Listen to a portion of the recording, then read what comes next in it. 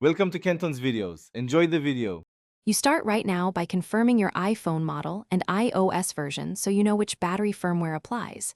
Back up the device to iCloud or Finder. Once done, make sure the backup completes.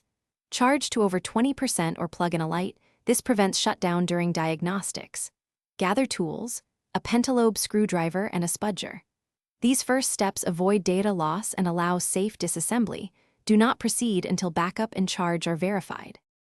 Once done with prep, check settings battery health and read the unverified message. Note any serial mismatch. Power the iPhone fully off.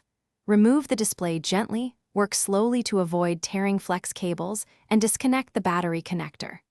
Document connector positions with clear photos. This helps if connectors look similar.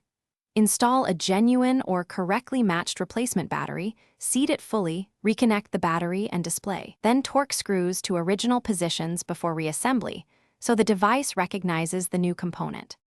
After reassembly, boot the iPhone and check battery health.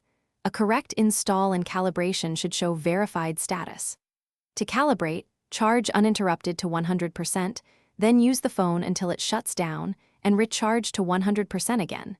This helps the system measure capacity accurately. If the unverified label persists, power down and recheck connectors and seating.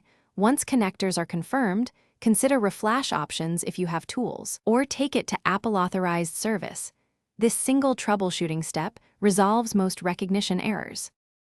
Thanks for watching. Consider subscribing if we helped you.